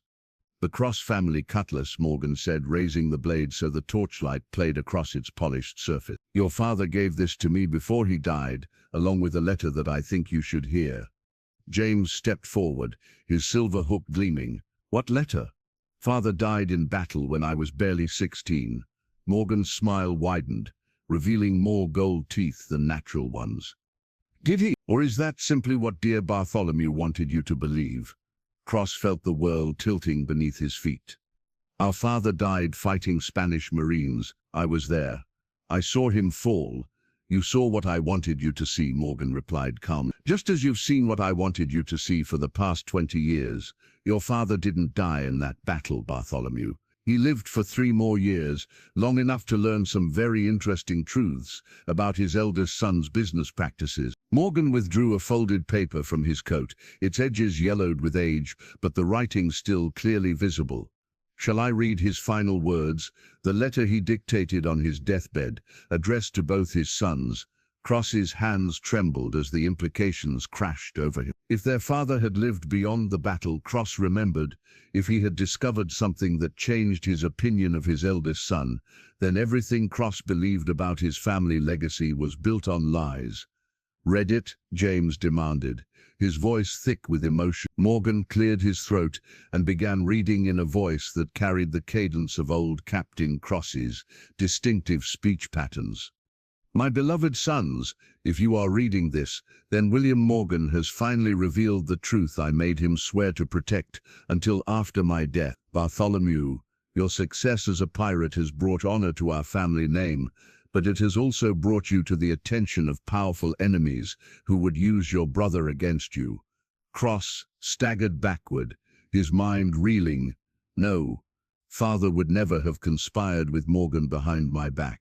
Morgan continued reading with relentless precision. I arranged for James to be captured by the Spanish, not as betrayal, but as protection. The British Admiralty had placed a bounty on the Cross family name. They intended to use James as leverage to force Bartholomew's surrender. By ensuring James appeared to die in Spanish custody, I hoped to keep him safe until the political situation changed. James's face had gone ashen. You're saying my capture was planned, that my own father arranged for me to spend 5 years in a Spanish prison for your protection, Morgan emphasized. He believed the Spanish would treat a prisoner more humanely than the British would treat bait in a trap. He was wrong, of course. Spanish prisons proved far more brutal than anyone anticipated. Isabella moved closer to examine the letter, her expression skeptical. How convenient that this letter surfaces now, after 20 years of silence. Why didn't you reveal this truth earlier? Morgan's eyes glittered with malice. Because I needed both brothers alive and motivated by hatred. Bartholomew's guilt over losing James drove him to become the most feared pirate in the Caribbean. James's rage over his abandonment forged him into a weapon of pure vengeance. Separately they were formidable. Together they would have been unstoppable. Until now, Cross said quietly, understanding beginning to dawn. Until now, Morgan agreed, the time has come for the Cross brothers to fulfill their father's true legacy, not as pirates serving their own interests, but as leaders of a unified Caribbean confederation that can challenge European naval supremacy. James studied the cutlass in Morgan's hands, his expression torn between hope and suspicion. And you expect us to simply forget 20 years of deception because of a letter that conveniently supports your current plans? Scarlett, still perched on James's shoulder, suddenly squawked in their father's distinctive voice. My boys must forgive each other, or the family name dies with them. The choice is yours, unity or destruction. Cross felt tears threatening as he heard his father's voice speaking through the bird he had searched for, across 9 years and countless miles. But alongside the emotion came cold calculation. Morgan had orchestrated too much, manipulated too many lives, to be trusted now simply because he claimed to serve their father's memory. You killed Blackwood, Cross said flatly. You murdered a dozen pirate captains to eliminate competition. You've spent years building an empire of fear and betrayal. Why should we believe anything you say? Morgan's expression hardened. Because the alternative is watching European powers divide the Caribbean among themselves, while pirates fight over scrap because your individual pride matters less than the survival of everything we've built in these waters. The cutlass blade caught the torchlight as Morgan held it between the two brothers. Your father's weapon, waiting to fulfill its purpose. But first you must choose. Will you unite as he intended, or will you force me to complete this unification without the Cross family name? Cross and James stared at each other across 20 years of pain, deception, and carefully cultivated hatred, while Morgan waited with the patience of a man who had spent decades orchestrating this exact moment. Cross reached into his inner coat pocket with trembling fingers, withdrawing a sealed letter that he had carried for 23 years without opening. The paper was brittle with age, the wax seal bearing his father's distinctive anchor and cross design still intact. She had found it among his father's possessions after the battle, addressed simply for Bartholomew when the truth becomes necessary. There's another letter, Cross said quietly, holding up the sealed document. One that I've carried since the day I thought father died. I never opened it because I believed his final words had been spoken on the battlefield. Morgan's confident expression flickered with uncertainty for the first time. Impossible. I have the only letter your father dictated. Cross broke the ancient wax seal with careful fingers, the brittle paper crackling as he unfolded it. The handwriting was unmistakably his father's, written in the strong, clear script that had guided Cross through his early years of seamanship. James moved closer, his silver hook catching the torchlight. "What does it say?" Cross read aloud, his voice gaining strength as his father's words reached across the decades. "My son, if you are reading this, then the deception I have been forced to maintain has finally become unbearable. William Morgan is not the loyal officer he appears to be. He has been working with Spanish intelligence for over a year, feeding them information about our operations in exchange for promises of wealth and position." Morgan's face darkened with rage. "More lies. Your father trusted me above all others." Cross continued reading, his father's warnings becoming increasingly urgent. "Morgan believes he can use our family's reputation to negotiate a privateering commission from the Spanish crown. He has convinced them that he can deliver the most successful pirate captains in the Caribbean, either as prisoners or as allies. Do not trust him, my son. His loyalty belongs only to himself." Isabella drew her pistol with fluid grace, its barrel now trained on Morgan's. "It seems the master manipulator has been outmaneuvered by a dead man's foresight." Elena and Tom moved to flank Morgan's position, while Briggs kept watch on the cavern entrance for any additional threats. The dynamic in the underground chamber had shifted completely, with Morgan now surrounded by former allies who recognized him as the true enemy. The final passage, Cross read, his voice heavy with emotion, explains everything we need to know about James's capture and Morgan's role in orchestrating it. James's breathing became labored as he waited for the revelation that would either vindicate or destroy his understanding of the past 20 years. Morgan arranged for Spanish forces to intercept James's ship, but not to protect him. The plan was to use James as leverage against me, forcing me to surrender my fleet and crew to Spanish authority.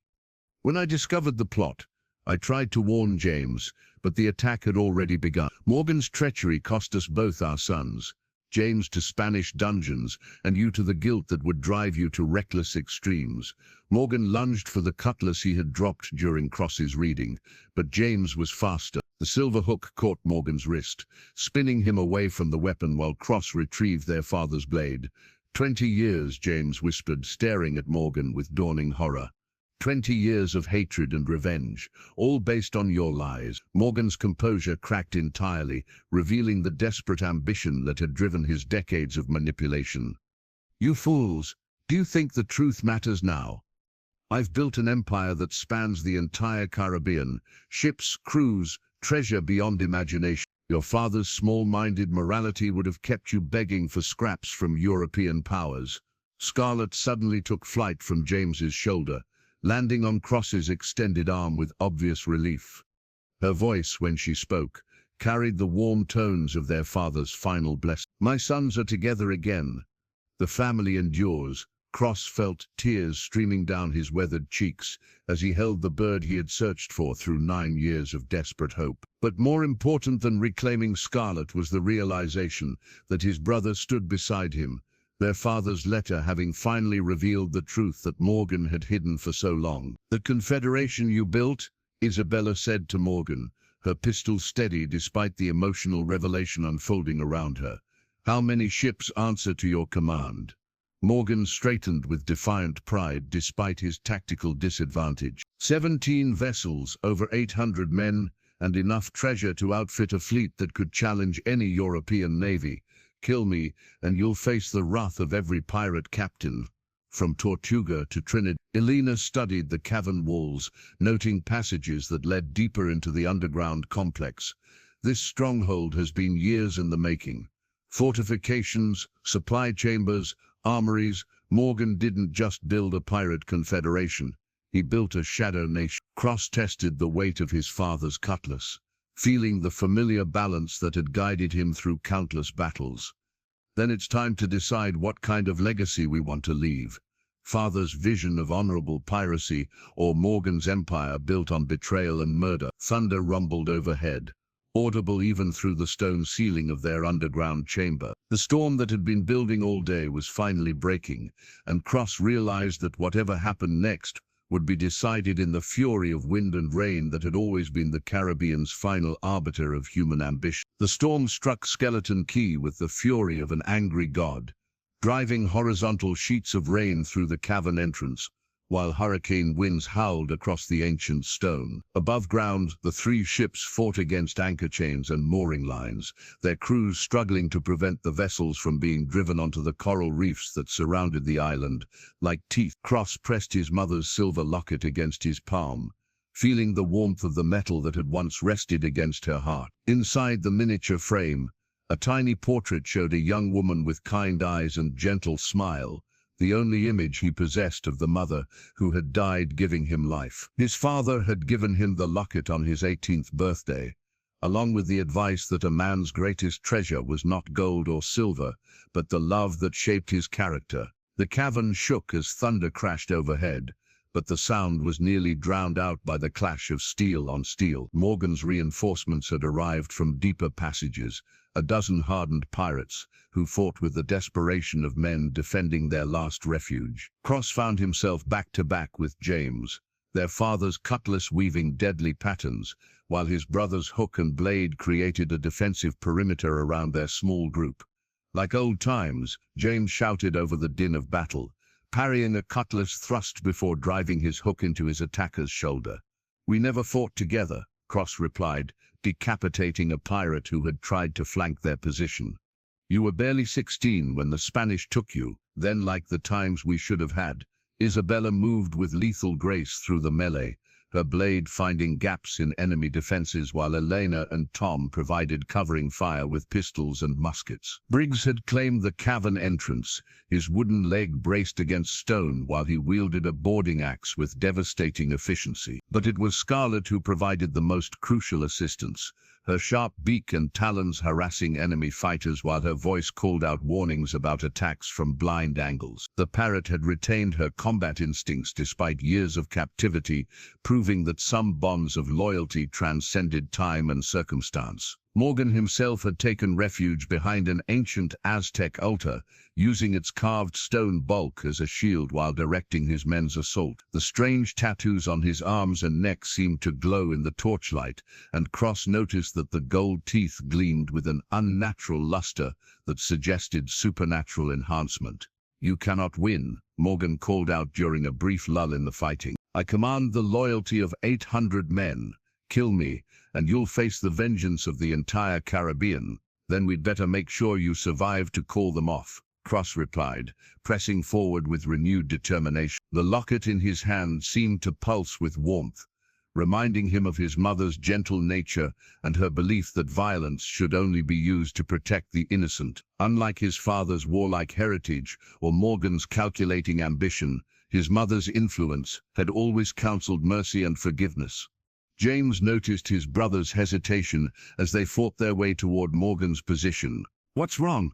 "We have him cornered." Cross glanced at the locket, then at the carnage surrounding them. Good men were dying to settle accounts that stretched back 20 years, and more would die if Morgan's confederation decided to avenge their leader's death. There had to be a better solution than endless cycles of revenge and retribution. "Morgan," Cross called out, lowering his cutlass, "I offer you single combat. Winner takes command of everything. Your confederation, my crew, and the right to determine how this ends." The cavern fell silent, except for the storm's fury overhead. Even Morgan's remaining fighters paused to hear their leader's response to the traditional pirate challenge. Morgan emerged from behind the altar, his own blade ready, but his expression calculating. "You would risk everything on a duel. Even knowing that I've had 20 years to plan for this moment, I would risk everything to end this without more bloodshed," Cross replied. "Our crews deserve better than dying for our personal grudges." Isabella started to protest, but James caught her arm. "It's the honorable way. Let them settle this as captains should." Morgan circled slowly, testing Cross's wreaths with tentative strikes. "Your mother's influence, I assume? Always too soft for the realities of command." "My mother taught me that strength without mercy is just cruelty," Cross replied, parrying Morgan's attacks while looking for openings. "Something you never learned." The duel began in earnest as lightning illuminated the cavern through cracks in the stone ceiling. Cross fought with the skill earned through 30 years of piracy, but Morgan had advantages beyond mere swordsmanship. His tattoos seemed to enhance his speed and strength, while his gold teeth reflected light in ways that dazzled and confused. Cross pressed the locket tighter against his palm, drawing strength from his mother's memory. She had believed that love could triumph over hatred, that understanding could bridge any gap between human hearts. If he was to honor her legacy, he needed to find a way to win this battle without destroying the man who had been both enemy and unwitting teacher.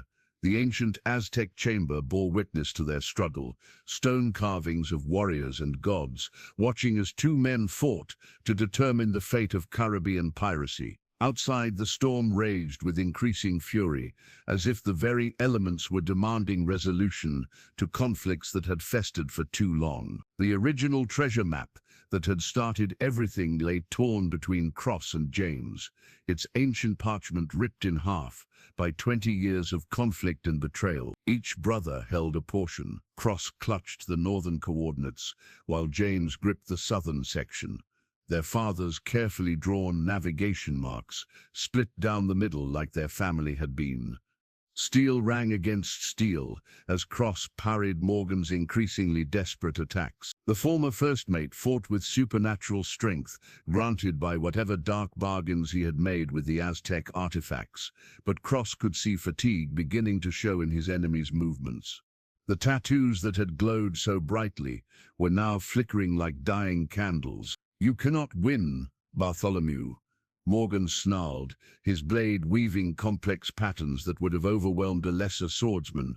"I have the power of ancient gods flowing through my veins." "Ancient gods who were conquered by mortal men," Cross replied, pressing his attack with methodical precision.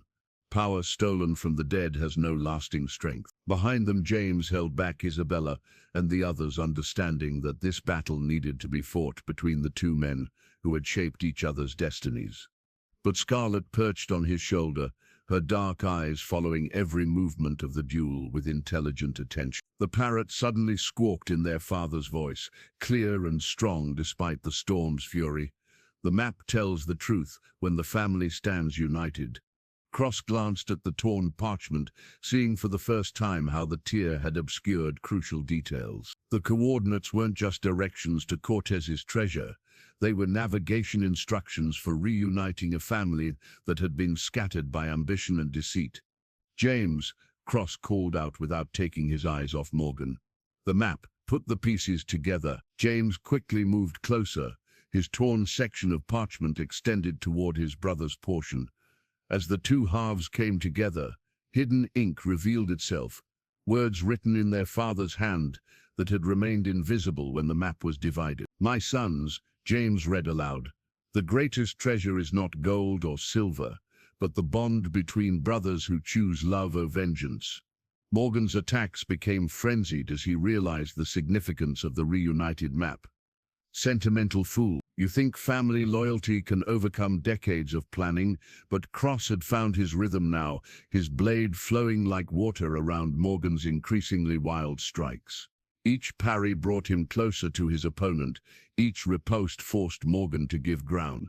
The supernatural enhancements were failing as the storm above reached its crescendo. "The tattoos are losing power," Elena observed from her position near the cavern entrance. "Look how they're fading." Indeed, the strange symbols that had covered Morgan's arms and neck were growing dim, their otherworldly glow diminishing with each clash of blades.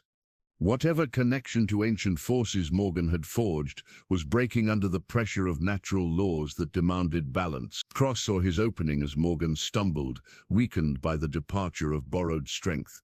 Instead of delivering a killing blow, Cross stepped inside his opponent's guard and pressed the point of his cutlass against Morgan's throat. "Yield," Cross commanded. Morgan's eyes blazed with undiminished hatred.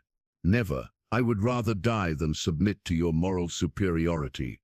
"Then you'll die as you lived, serving only yourself." Cross prepared to thrust forward, but hesitated as Scarlett spoke again. "Mercy honors the fallen," the Parrot said in their mother's gentle voice. "Justice serves the living." Cross felt the weight of decision pressing down on him like the storm above. Morgan had killed dozens of good men, destroyed countless lives, and would undoubtedly continue his reign of terror if allowed to escape. But his mother's teachings whispered that even the worst enemy deserved a chance at redemption. James appeared at Cross's shoulder, the reunited map held between them. "The choice is yours, brother. But remember, we're here to end cycles of revenge, not continue them." Morgan's breathing was labored, his supernatural enhancements completely faded now. For the first time in 20 years, he looked like what he truly was, an aging pirate whose ambitions had far exceeded his moral foundation. "I offer you life," Cross said quietly. "Exile from the Caribbean, but life. Your confederation dissolves, your men free to choose their own paths, but you survive to reflect on the cost of your choices.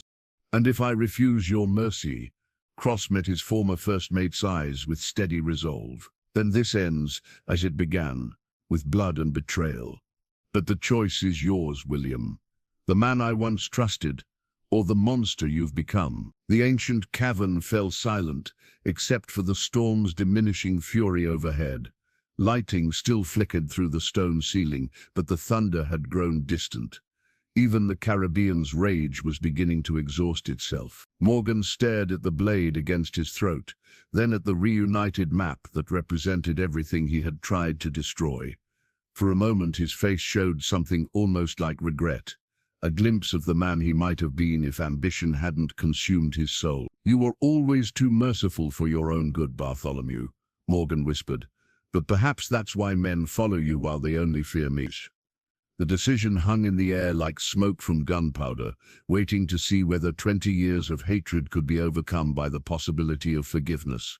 Cross knelt beside Morgan's motionless form, his fingers searching for the tiny iron shackle that circled Scarlett's left leg. The metal band was barely visible beneath her emerald feathers, but Cross could feel the sharp edges where it had rubbed against her delicate skin for years. The shackle bore crude engravings, symbols of ownership that marked her as property rather than the cherished companion she had once been. "Hold still, old friend," Cross whispered as he worked to remove the cruel restraint. "You're free now." Scarlett remained perfectly still while Cross carefully pried open the iron band, her dark eyes watching his face with an intelligence that seemed almost human. When the shackle finally came loose, she ruffled her feathers and stretched her leg, as if testing her newfound freedom. James stood nearby, cradling Morgan's head while their former first mate struggled with his final breaths. The supernatural tattoos had completely faded, leaving only scarred flesh that told the story of desperate bargains made with forces beyond human understanding. "The treasure," Morgan gasped, blood flecking his lips. "Cortez's gold, it's all here, enough to buy kingdoms." "We don't want kingdoms," Cross replied quietly. "We never did." Morgan's eyes fixed on the tiny shackle in Cross's palm. 5 years. I kept her chained, wanted to break her spirit, make her forget the songs you taught her." Isabella moved closer, her expression softening despite years of hatred for the man who had murdered her mentor. "She never forgot. Parrots remember everything, especially love." "The Confederation," Morgan continued, his voice growing weaker. 17 ships, 800 men. They'll come for vengeance when they learn. "Let them come," James said firmly. "They'll find the Cross brothers united, not the divided enemies you've been manipulating." Elena approached with news from the surface. "The storm is passing, and our ships survived the night, but there are signals on the horizon. At least a dozen vessels approaching from the northwest." Morgan managed a weak smile. "My captains, responding to the signal fires. They think victory celebration." Cross studied the iron shackle, noting how its crude construction had been designed to cause maximum discomfort without permanent injury.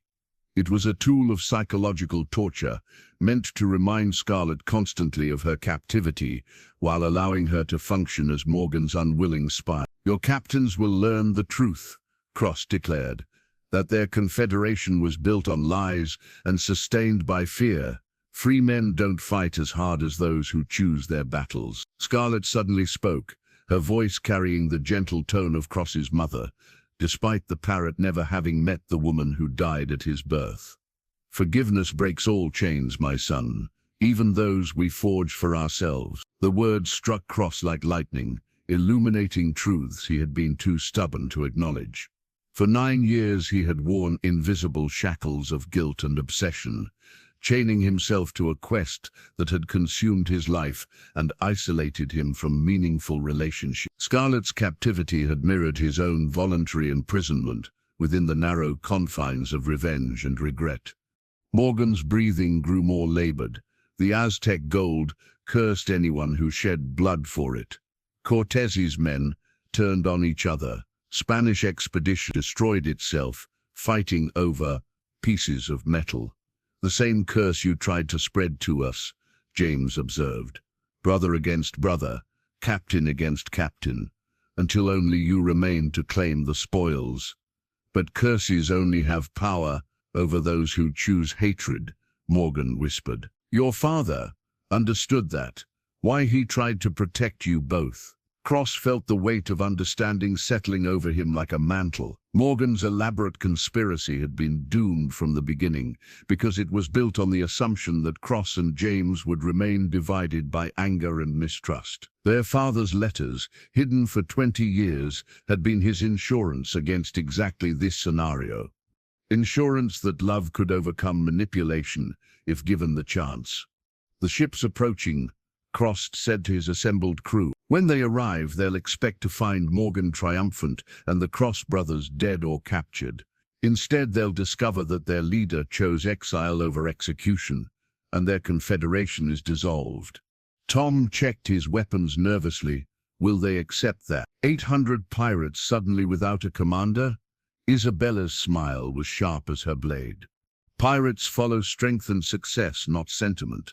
When they see Morgan defeated and his grand plans in ruins, most will look for new opportunities rather than hopeless revenge. Elena nodded agreement, especially when offered the alternative of joining a legitimate enterprise instead of a doomed rebellion. Scarlett flew to Cross's shoulder, settling into her familiar perch with obvious content. The tiny marks where the shackle had chafed her leg would heal, but Cross suspected she would always carry some reminder of her captivity, just as he would always carry the memory of 9 years spent searching for redemption in all the wrong places. Morgan's final words were barely audible above the distant sound of approaching ships. Tell the captains, the age of confederation dies with me, but the age of brotherhood that can endure. As the first mate who had shaped so much of Cross's destiny breathed his last, Scarlett spoke one final time in Morgan's own voice, offering the apology that 20 years of pride had prevented him from speaking while alive. I'm sorry, old friend, for everything. The bronze ship's bell that Cross had salvaged from a Spanish galleon 15 years earlier rang out across the waters of Skeleton Key, its clear tone cutting through the morning mist as the Retribution prepared to depart. He had polished the bell until it gleamed like gold, transforming it from a trophy of conquest into a symbol of new beginnings. Engraved around its circumference were the words, Esperanza Nueva, New Hope, the name of the merchant vessel he intended to establish. Isabella stood beside him at the ship's rail, her own vessel, Serpent's Kiss, anchored nearby with her crew making preparations for their joint departure. The confrontation with Morgan's confederation had ended more peacefully than anyone had dared hope. When the pirate captains arrived to find their leader dead and his grand plans in ruins, most had chosen pragmatic self-interest over futile revenge. 17 ships, Isabella observed, watching the last of the former Confederation vessels disappear beyond the horizon. By sunset, they'll be scattered across the Caribbean, some looking for new alliances, others returning to independent piracy. Cross nodded, his attention focused on the bell that would soon announce their ship's transition from pirate vessel to legitimate merchant trade. Better scattered than united under Morgan's banner. A dozen separate crews can be dealt with by naval patrols. A unified confederation might have challenged the colonial powers themselves, James approached from the stern, his silver hook gleaming in the morning sunlight. The past few days had transformed him from bitter enemy to cautious ally, though Cross could see that 20 years of hatred wouldn't be erased overnight. Trust would have to be rebuilt gradually, one honest conversation at a time. "The treasure chamber has been sealed," James reported. "Elena's calculations suggest there's enough Aztec gold down there to outfit a dozen ships, but touching it seems to drive men mad with greed." "Then it stays buried," Cross decided firmly. "Some treasures are too dangerous to claim." Tom emerged from below deck carrying a leather satchel filled with more conventional treasure: Spanish silver, Portuguese gems and French gold that had been taken from captured vessels over the years. Unlike the cursed Aztec artifacts, this wealth carried no supernatural taint, making it suitable for funding their new enterprise. "Enough here to buy 3 merchant vessels and hire experienced crews," Tom announced with satisfaction. "We could establish regular trading routes between Jamaica and the mainland colonies." Elena joined them with charts and documents that would establish their new identity as legitimate traders rather than pirates. "I've plotted courses that avoid the main naval patrol routes while serving markets that actually need reliable shipping. Sugar, tobacco, coffee, crops that require regular transport to reach profitable markets." Scarlett perched on Cross's shoulder, her brilliant green feathers catching the sunlight as she preened contentedly. The tiny marks on her leg where the iron shackle had chafed were already beginning to heal, though Cross suspected she would always carry some reminder of her captivity. Like himself, she was learning to live without the weight of invisible chains. "What about the men?" Briggs asked, gesturing toward the crew members who had served aboard the Retribution during their years of search. "Some of them might not take kindly to trading merchant goods instead of raiding enemy ships." Cross had anticipated this concern. "Any man who wants to continue piracy is free to leave with his share of our accumulated treasure, but those who stay will share in the profits of honest work, with the possibility of eventual partnership in the business." Isabella smiled at the idealism in his voice. "You think reformed pirates can become successful merchants?" "I think people can change when given reasons to choose differently," Cross replied. "We've spent years taking wealth from others. Perhaps it's time to create wealth through honest effort." The bronze bell chimed again as a gentle breeze filled their sail. Cross had positioned the bell where it would ring with the ship's movement, creating a constant reminder that they were sailing towards something new rather than running from something old. "Where do we make our first port?" James asked, studying Elena's charts with the interest of someone learning to think like a merchant rather than a raider. "Port Royal," Cross decided. "We'll register the business officially, establish credit with legitimate banks, and announce our transition to the colonial authorities. Full transparency from the beginning." Tom looked nervous at the prospect of voluntarily entering a port where they had once been wanted criminals. "What if the authorities decide to arrest us regardless of our new intentions? Then we face the consequences of our past actions," Cross said simply. "But I believe most colonial governors would prefer reformed pirates contributing to commerce rather than continuing to raid their shipping." Scarlett squawked approvingly, then spoke in Cross's father's voice. "A man's past need not determine his future, if he has the courage to choose differently." As the Retribution sailed away from Skeleton Key with Isabella's ship following in their wake, Cross felt the weight of 20 years of guilt and obsession lifting from his shoulders.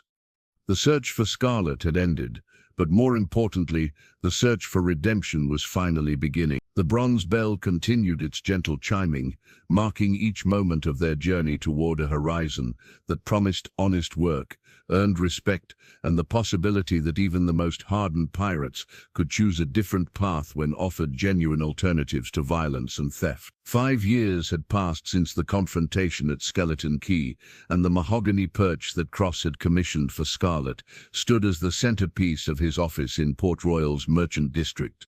The perch was a work of art, carved with intricate ships and sea creatures by the finest craftsmen in Jamaica, but more importantly, it represented Scarlett's honored place in their new life. No chains, no shackles, just a beautiful home where she could come and go as she pleased. Cross sat at his desk, reviewing shipping manifests for the Esperanza Nueva Trading Company, which now operated 7 vessels running regular routes between the Caribbean islands and the American colonies. The business had prospered beyond his most optimistic projections, built on the foundation of reliable service and honest dealing that had quickly earned them the trust of merchants throughout the region. Scarlett perched comfortably on her carved stand, occasionally offering commentary on the day's business in voices from their shared past. She had learned new phrases over the years, words of encouragement rather than warnings of betrayal, expressions of hope instead of echoes of old pain. "Good morning, Captain," she said in Tom's enthusiastic voice. Tom had proven himself an excellent ship's master, commanding one of their newest vessels with a crew of former pirates who had chosen honest work over continued raiding. Fair winds and following seas. Cross smiled at the greeting, remembering how skeptical he had been about the possibility of reforming hardened criminals. But time had proven that most men, given genuine alternatives and fair treatment, preferred steady income to the uncertain rewards of piracy. A knock at the office door interrupted his morning review. James entered, his silver hook now polished to mirror brightness and worn with pride rather than bitterness. He had become Cross's partner in the business, bringing his own ship and crew into their expanding enterprise. The relationship between the brothers remained careful but steadily growing stronger. The morning reports, James announced, setting down ledgers that showed consistent profits across all their routes. Isabella's ship made excellent time from Charleston, and Elena's navigation of the new Bahamas route saved us 3 days over the old course. Cross studied the figures with satisfaction. Isabella had initially maintained her own independent operation, but had gradually integrated her activities with theirs as mutual trust developed. Elena had become their chief navigator, her skills proving invaluable in developing efficient shipping routes that avoided both pirates and excessive naval scrutiny. "Any word from Briggs?" Cross asked about his old quartermaster, who had chosen to retire to a small farm in Barbados, where he grew vegetables and told stories to local children about his adventures at sea. "He sends his regards and a request for more of those Cuban cigars you promised him," James replied with a smile. "Also says his garden is producing enough rum peppers to supply half the Caribbean if we're interested in adding agricultural exports to our manifest." Scarlett spoke up in Briggs's distinctive voice.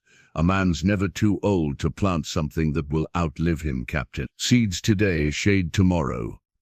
The wisdom in those words struck Cross as particularly appropriate. Their trading company was itself a form of seed planting, creating legitimate opportunities for men who might otherwise turn to piracy, establishing relationships with colonial authorities that benefited everyone involved, and proving that former criminals could become valuable members of society if given the chance.